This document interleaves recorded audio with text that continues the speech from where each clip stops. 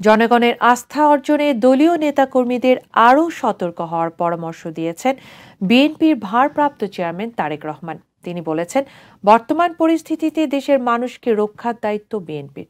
তাই দলের প্রত্যেকটি নেতাকর্মী নিজেকে সেভাবেই প্রস্তুত করেন, যেন জনগণ তাদের পক্ষে রায় দেয়। ফাঁকা মাঠে গোল দেওয়া সহজ হবে না, বরং লক্ষ্য অর্জন অতীতের চেয়ে অনেক কঠিন হবে। তাই দলের নেতাকর্মীদের অতন্ত্র প্রহরী হিসেবে কাজ করতে হবে। ময়মনসিংহ নগরীর টাউন হল অডিটোরিয়ামে দক্ষিণ, উত্তর ও মহানগর বিএনপি নেতাদের সঙ্গে এক মতবিনিময় সভায় প্রধান অতিথির বক্তব্যে তিনি এসব কথা বলেন। ৫ আগস্টের পর জনগণের চিন্তাধারায় পরিবর্তন ঘটেছে।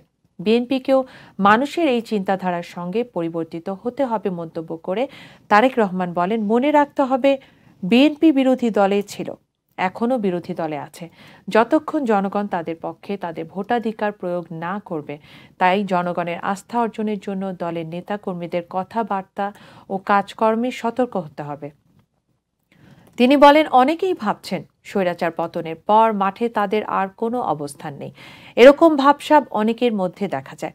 যার পতন হয়েছে তারা ছিল রাজনৈতিক প্রতিপক্ষ। আজ তারা হয়তো দুর্বল হয়ে পড়েছে, কিন্তু এতে তাদের জন্য পরিস্থিতি আরও ভয়াবহ হয়েছে।